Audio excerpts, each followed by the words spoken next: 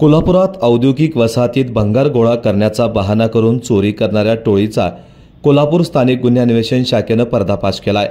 सांगली फाटा परिसरात रचलेल्या सापळ्यातून पोलिसांनी तिघांना जेरबंद केलंय, तर दोघे जण फरार आहेत।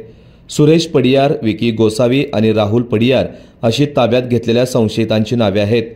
पोलिसांनी त्यांच्या ताब्यातून तांब्याची तार, रॉड, कॉपर वायर आणि वाहतुकीसाठी वापरलेला टेम्पो असा तब्बल 7,95,000चा मुद्देमाल जप्त केलाय। या टोळीकडून गोकुळ शिरगाव, हातकणंगले, शिरोली MIDC, शहापूर आणि शिरोळ अशा विविध पोलीस ठाण्याच्या हद्दीतून तब्बल 11 चोरीचे गुन्हे उघडकीस आणण्यात आले आहेत।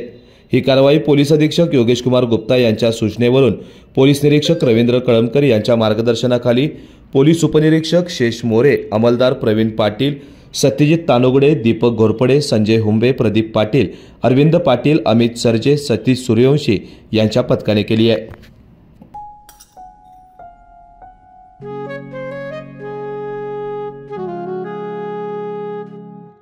बाबा, आज येताना बासुंदी घेऊन या ना।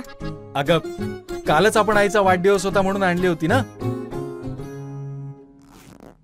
ऐकलं, गोकुळची बासुंदी पुन्हा खावीशी वाटतेय। खरं सांगू, मलाही खावीशी वाटतेय। पुन्हा पुन्हा खावीशी वाटणारी गोकुळ बासुंदी।